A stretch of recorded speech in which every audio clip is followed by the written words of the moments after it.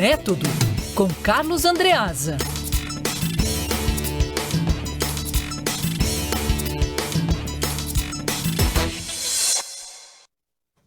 Ele não para, ele continua com tudo. O Carlos Andreasa está com a gente, estamos aqui de volta. O Andreasa está firme e forte, assim como deputados, senadores empenhados para a definição da presidência na Câmara. Eu achava que esse assunto seria uma página virada, pelo menos nesse recesso de fim de ano, né?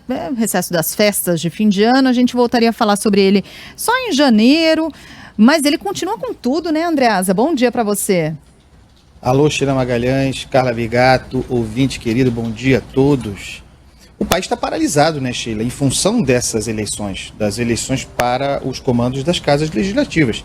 Está parado há alguns meses com contribuição decisiva do parlamento, que permitiu que a campanha pela disputa, né, a campanha pelo controle dessas casas fosse tão antecipada e com uma dose de incerteza muito grande, um elemento paralisante a mais, em função do que eu chamei aqui de golpe de Alcolumbre, ou tentativa de golpe de Alcolumbre para conseguir a reeleição inconstitucional.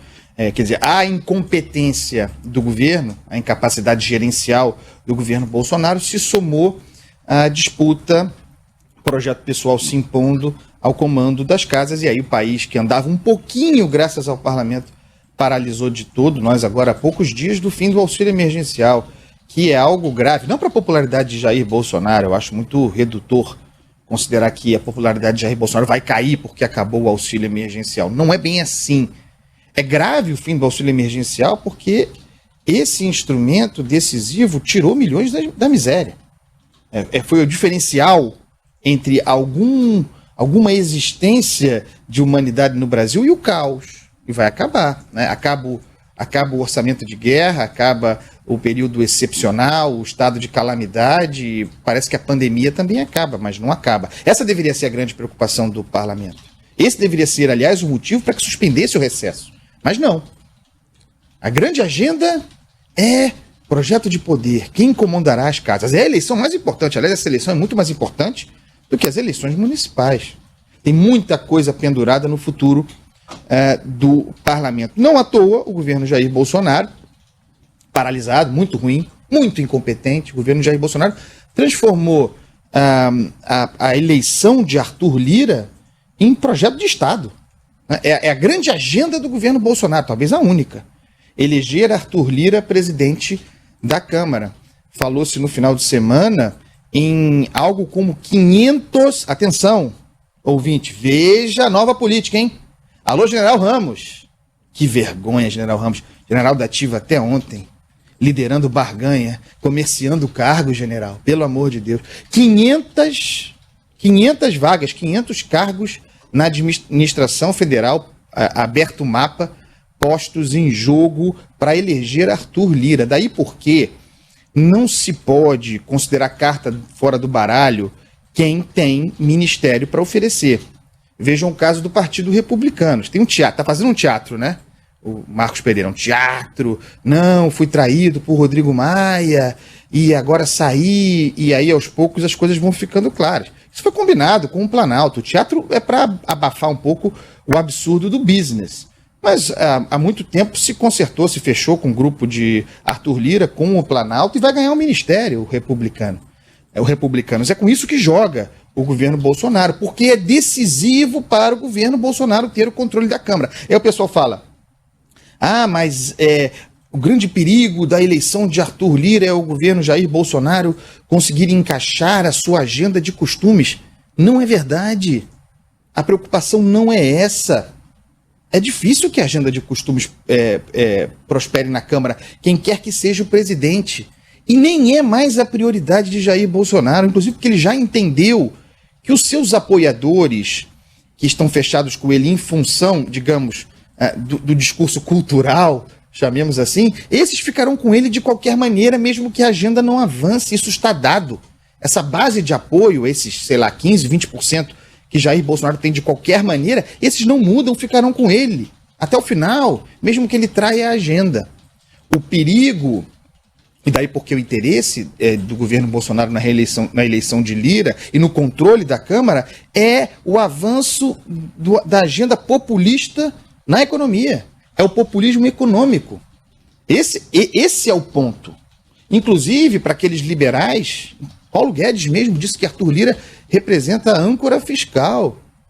Esses precisam prestar atenção, os que estão muito preocupados com o teto de gastos, precisam prestar atenção ao que parece ser a agenda de Arthur Lira, que amarra o Centrão, uma proteção a Jair Bolsonaro contra processos de impeachment na Câmara, mas também um apoio que é condicionado a uma agenda de irresponsabilidade fiscal.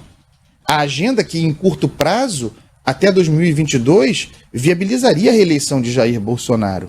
É para isso que se quer ter o controle da Câmara. De outro lado, o grupo de Maia, que grupo de Maia não é mais. Essa também é uma premissa importante de se colocar.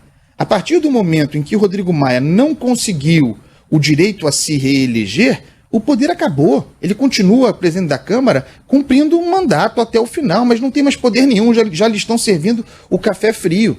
O que existe, e é muito competitivo, e me parece ser o caminho narrativo para vencer Arthur Lira, que, aliás, Arthur Lira, mesmo com o apoio do governo Bolsonaro e por causa do apoio do governo Bolsonaro, é um candidato fácil de ser vencido. O que resta ao grupo de Maia, ex-grupo de Maia, é o discurso da independência do parlamento. Então, há uma migração muito óbvia de estrutura narrativa de se falar do grupo Maia e se começa a falar do grupo independente, do grupo contra a tomada da Câmara, do grupo que pensa na democracia, que não quer que o Executivo volte a controlar e ter a Câmara como mero despachante dos seus interesses. Essa é a estrutura capaz de amalgamar, e foi o que aconteceu, de reunir, por exemplo, 11 partidos. Como nós ouvimos do Orengo mais cedo, é óbvio que haverá defecções, que o fechamento de 11 partidos não significa que levem consigo os votos desses 281 deputados que compõem esse bloco. Isso é verdade, mas é uma marca muito forte, competitiva, que tudo mais constante daria vantagem a esse grupo dito independente que se concerta por uma bandeira. Ocorre que houve a escolha do candidato. E esse é o problema.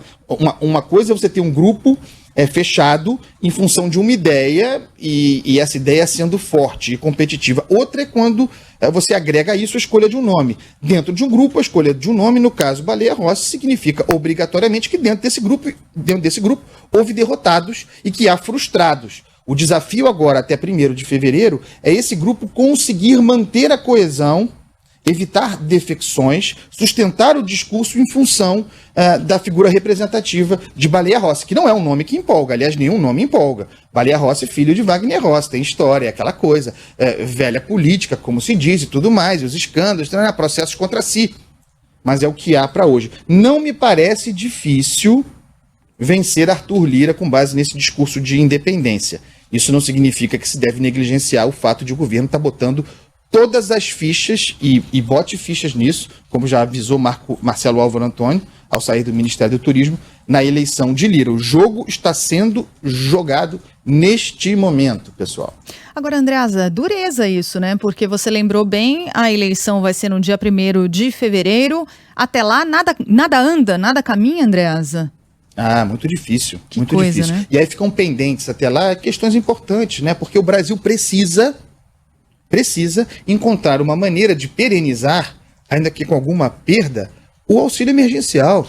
É muito importante para a vida das pessoas. Esses R$600, depois transformados em 300, são a diferença entre comer e não comer para muita gente nesse momento em meio à pandemia. Então, me parece pendente, e depende da eleição na Câmara, o futuro do auxílio emergencial, o surgimento do tal Renda Cidadã, Renda Brasil, chame como quiser, a transformação do Bolsa Família. Alguma coisa precisará ser feita. É possível fazer isso com responsabilidade fiscal.